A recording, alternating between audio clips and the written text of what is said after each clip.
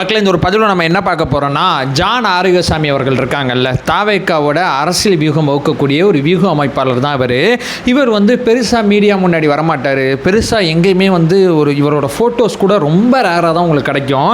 ஏன்னா பிகைண்ட் த சீனில் ஒர்க் பண்ணுற ஒருத்தர். இப்போ ஒரு கொஞ்ச நாளானா ஒரு 10 நாளாக எலெக்ஷனுக்கு முன்னாடி பார்த்தீங்கன்னா 2 ட்வீட் போட்டார். அந்த ட்வீட் அவரோட ஐடியில் போய் இப்போ நீங்கள் செக் பண்ணி பார்த்தீங்கன்னா இருக்கும். எலெக்ஷனுக்கு அப்புறம் 2 ட்வீட் போட்டிருக்காரு. அந்த 2 ட்வீட்டையும் பார்த்தீங்கன்னா உடனடியாக டெலீட் பண்ணுறாரு. ஏன் ட்வீட் போடுறாரு, ஏன் டெலீட் பண்ணுறாரு? கொடைக்கானலில் இருக்கார் நம்ம முதலமைச்சர் மு க ஸ்டாலின், அவருக்கே இது புரியல. துபாயில் இருக்கார் நம்ம உதயநிதி ஸ்டாலின் அவர்கள், அவருக்கு இது புரியல. ஏன்னா உடன்பிறப்புகள் அத்தனை பேருக்குமே எதுக்காண்டி இந்த மனுஷன் இப்படி பண்ணிட்டு இருக்கார் அப்படிங்கிறது புரியல. நம்ம தரப்பில் ஒரு பாசிட்டிவான ட்வீட் தானே போடுறாரு, அப்புறையே டெலீட் பண்ணுறாரு அப்படிங்கிறதும் நம்ம தரப்பில் இருக்கக்கூடிய நம்ம தோழர்கள் சில பேருக்கும் புரியல. ஆனால் ஒரு பெரிய அஜெண்டாவை ஜான் ஆரோக்கியசாமி அவர்கள் செட் பண்ணிட்டு இருக்காங்க. கலக்குன்னு கலக்கிட்டு இருக்காங்கன்னு தான் நம்ம சொல்லணும். கண்டிப்பாக சொல்கிறேன், விஜயண்ணாவோட ஒப்புதலோடு தான் இந்த விஷயத்தை ஜான் ஆரோக்கியசாமி அவர்கள் செஞ்சுக்கிட்டு இருக்காங்க. ஒன் பை ஒன்னா தெளிவாக நம்ம பார்க்கலாம். உற்சாக வணக்கங்கள். வாங்க பதிவுக்குள்ளே போகலாம்.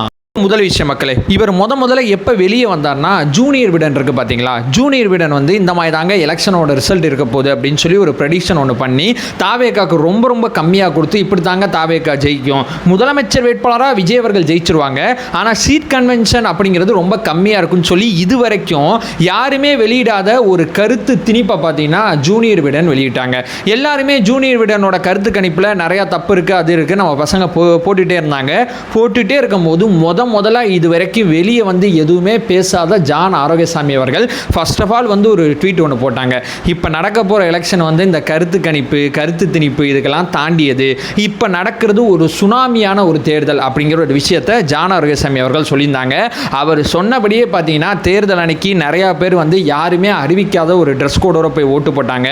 காலிலே பார்த்தீங்கன்னா நிறையா பேர் போயிட்டு அந்த ஓட்டோட அந்த போலிங்கோட அந்த பர்சன்டேஜை பார்த்தீங்கன்னா காலைல ஒரு 9 மணிக்குள்ளே 1 கோடி பேர் பக்கம் ஓட்டு போட்டாங்க அப்படிங்கிற தகவல்லாம் வந்துச்சு. இந்த மாதிரி பார்த்தீங்கன்னா அந்த தேர்தல் வந்து பஸ்ஸு கிடைக்காம, அது கிடைக்காம, இது கிடைக்காமன்னு சொல்லி அவ்வளோ பேர் கஷ்டப்பட்டு வெளிநாட்டிலேருந்து நிறைய பேர் வந்துன்னு சொல்லி இந்த தேர்தலே ஒரு திருவிழா மாதிரி தான். அதாவது தேர்தலுக்கு முன்னாடி அவர் எப்படி கணிச்சிருக்காரோ அதே மாதிரியான கணிப்பு தான் தேர்தல் நாள் அன்று பார்த்தீங்கன்னா இருந்துச்சு அப்படிங்கிறது தான் யதார்த்தமான உண்மை.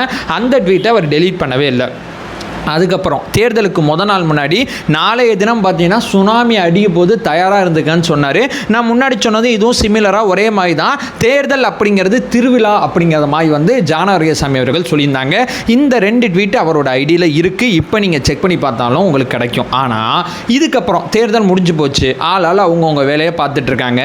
ஆனாலும் இந்த திமுகலேருந்து பார்த்தீங்கன்னா அந்த நரேட்டிவ் செட் பண்ணுறதை அவங்க விடாமல் குழந்தைங்களை வச்சு விஜய் அண்ணா வந்து அரசியல் பண்ணது தப்புன்னு நேற்று ஒரு நரேட்டிவ் ஓட்டினாங்க.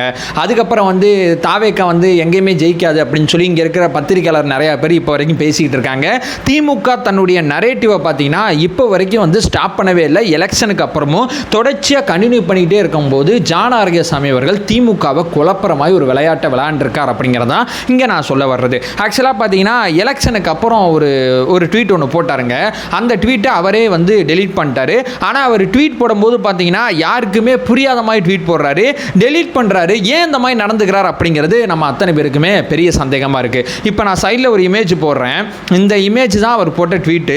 ஆனால் இந்த இமேஜில் பார்த்தீங்கன்னா மே 4 விஜய் அப்படின்னு இருக்குல்ல, அது விஜய்ன்னு இருக்காது. அவர் போட்ட ட்வீட்டில் 67 அண்ணான் இருக்குல்ல, அண்ணான் இருக்காது. 77 எம்ஜிஆர் இருக்குல்ல, எம்ஜிஆர் இருக்காரு. இதில் முதல் எழுத்து மட்டும்தான் இருக்கும். மே 4 26 வீன்னு இருக்கும். அதுக்கப்புறம் 67 பார்த்தீங்கன்னா ஏன்னு இருக்கும், 77 பார்த்தீங்கன்னா எம்முன்னு இருக்கும், 83 பார்த்தீங்கன்னா என்னன்னு இருக்கும். ஃபர்ஸ்ட் ஆஃப் ஆல் பார்த்தீங்கன்னா ஏன் இந்த மாதிரி ஒரு வந்து யாருக்குமே புரியாத மாதிரி ஒரு ட்வீட் போடுறாருன்னா இது விவாதிக்கப்படணும். ஏன்னா இங்கே தேவையற்ற விவாதங்கள் நடந்துக்கிட்டு இருக்கு. நம்ம தான் ஜெயிக்க போகிறோம், இது நமக்கு நல்லா தெரியும். ஆனால் நம்ம பசங்களை, நம்ம தொண்டர்களை குழப்பற மாதிரியான நரேட்டிவ் இங்கே போயிட்டே இருக்கும்போது ஒரு புரியாத மாதிரி ஒரு ட்வீட்டை போடும்போது மொத்த பேர் அந்த விவாதத்தை விட்டு இந்த விவாதத்துக்குள்ளே வருவாங்க. இதை பற்றி வந்து டிஸ்கஸ் பண்ணுவாங்க. என்னது என்னன்னு போட்டிருக்காரு, என்னன்னா என்ன, ஏன்னா என்ன, எம்னா என்னன்னு சொல்லி டீகோட் பண்ணி பார்ப்பாங்க. டீகோட் பண்ணுறது மூலமாக இந்த ட்வீட் வந்து நிறையா விவாதிக்கப்படும். அதனால பார்த்தீங்கன்னா மறைமுகமான ட்வீட் போட்டார். அதுக்கப்புறம் என்ன பண்ணிட்டார், அந்த ட்வீட்டை டெலீட்டும் பண்ணிட்டார்.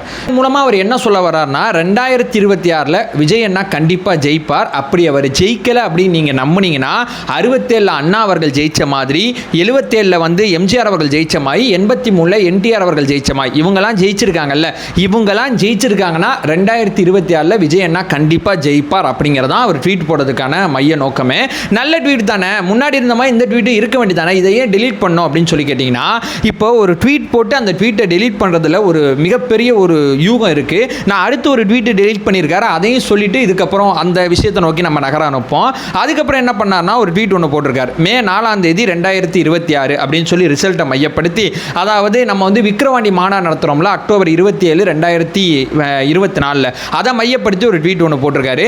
இதில் வந்து தா சே நே அப்படின்னு மட்டும் போட்டிருக்காரு. இது என்னடா தா சே நே விக்கிரவாண்டி வாட் இஸ் திஸ் அப்படின்னு சொல்லி நம்ம தோழர்கள் நைட்டு 12 மணிக்கு தான் ட்வீட் போடுறாரு. எல்லாரும் தூங்கிட்டு இருக்கும்போது ட்வீட் போட்டு அந்த ட்வீட்டை டெலீட் பண்ணி ஒரு விவாதத்தை ஆக்கி விடுறாரு. ஏன் இந்த மாதிரி நடந்துக்கிறார் அப்படிங்கிறதா நம்ம அத்தனை பேருக்கும் பெரிய சந்தேகமாக இருக்கும்போது நம்ம ஆளுகள்லாம் டீகோட் பண்ண ஆரம்பிச்சிட்டாங்க. தா சே நேனா என்ன அப்படின்னு சொல்லி தேடி பார்க்கும்போது விக்கிரவாண்டி மாநாட்டில் தலைவர் விஜய் அவர்கள் ஒரு சின்ன பையன் கதை சொல்லுவார் பார்த்தீங்களா, அந்த சின்ன பையன் கதையை தான் மேற்கோள் காட்டி சொல்கிறாரு. விக்கிரவாண்டி மாநாட்டில் தலையாங்கத்து செருவென்ற நெடுஞ்செலையன் அப்படிங்கிற ஒரு பாண்டிய வம்சத்தை சேர்ந்த ஒரு சின்ன பையன் கதையை பற்றி சொல்லியிருப்பார்ல. சுற்றி 7 மன்னர்கள் இருந்தாலும் அந்த 7 மன்னர்களை வென்றாரு. அந்த போருக்கு போகும்போது என்ன சொல்லிட்டு போனார்னா, நான் இந்த போரில் தோத்து போயிட்டேன்னா வரலாற்றில் என்னைய சுயநலக்காரனை எழுதிக்கிங்க அப்படிலாம் சொல்லிட்டு அந்த போரில் அந்த சின்ன பையன் எல்லா விதமான கணக்கு அத்தனையுமே உடைச்சு, ஒரு போர்னா இப்படி தான் நடக்கணும், ஒரு போரில் இந்த மாதிரி தான் நடந்துக்கணும் அப்படிங்கிற ஏராளமான கணக்குகள் இருக்குது. அந்த கணக்குகள் அத்தனையுமே உடைச்சு அந்த போரில் ஜெயிச்சார் பார்த்தீங்களா, அந்த மாதிரி ஒரு வரலாறு எழுதப்படும் அப்படிங்கிறத மறைமுகமாக ஒரு ட்வீட் போட்டிருக்காரு. நல்ல ட்வீட் தானே இது.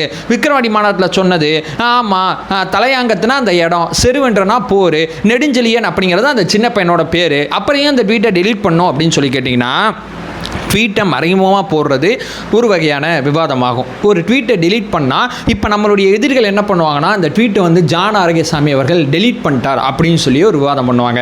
ட்வீட்டை போட்டு நம்ம அத்தனை பேர்ட்டையும் ஒரு பாசிட்டிவிட்டியை கொண்டு வந்துடுறாரு. டீகோட் பண்ணுங்க, நம்ம 2 பேரும் விளையாடுவோம். ஏன்னா நீங்கள் தேவையில்லாத டிஸ்கஷனை நோக்கி நகர்றீங்க, அதெல்லாம் எதுவும் நடக்க போகிறதில்ல. மே 4 நம்ம பந்தயம் அடிக்கிறோம், இதான் யதார்த்தமான உண்மை. நம்ம 2 பேரும் விளையாடுவோம்னு சொல்லி தாவேக்காவோட சொந்தங்களோட ட்வீட் போட்டு மறைமுகமாக விளையாடுறாரு. அந்த ட்வீட்டை டெலீட் பண்ணீங்க பாருங்க, டெலீட் பண்ணிட்டாருங்க அவரு அப்படின்னு சொல்லி உடன்பிறப்புகள் வந்து நமக்கு எதிராக ஒரு நரேட்டிவ் செட் பண்ணிட்டு இருக்காங்கல்ல, அந்த நரேட்டிவ் அத்தனையுமே ஆஃப் பண்றார். ஒரு ட்வீட்டை மறைமுகமாக போட்டு இவ்வளவு பெரிய அஜெண்டா வேலையை ரொம்ப தெளிவாக ஜான் ஆரோக்கியசாமி அவர்கள் நேற்று பண்ணாரு. அதுக்கு முன்னாடி கொஞ்ச நாள் முன்னாடி ஒரு 3 நாள் முன்னாடி பண்ணாரு.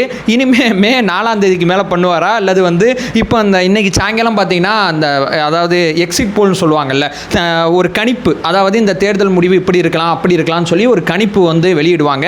ஏன்னா இப்போ தான் மேற்குவங்கத்தோட 2வது கட்ட தேர்தல் நடந்துகிட்டு இருக்கு. ஒரு 6:30 மணிக்கு மேலே வெளியிடலாம்னு சொல்கிறாங்க. இந்த 6:30 மணிக்கு மேலே இந்த ஊடகங்கள்லாம் என்ன பண்ணுவாங்கன்னா, தமிழ்நாட்டு ஊடகங்கள் பேனா நிறுவன கண்ட்ரோலில் இருக்குது, மேலே இருக்கிற ஊடகங்கள் கோடி மீடியாவாக இருக்குது. இந்த 2 பேருமே நமக்கு ஃபேவராக போடுவாங்களா இல்லை உண்மையை போடுவாங்களா அப்படிங்கிறது நமக்கு தெரியல. இவங்க 2 பேரும் உண்மையை மறைச்சா மறுபடியும் ஜான் ஆரோக்கியசாமி அவர்கள் மறைமுகமாக ஒரு ட்வீட்டை போடுவார், டெலீட் பண்ணுவார்.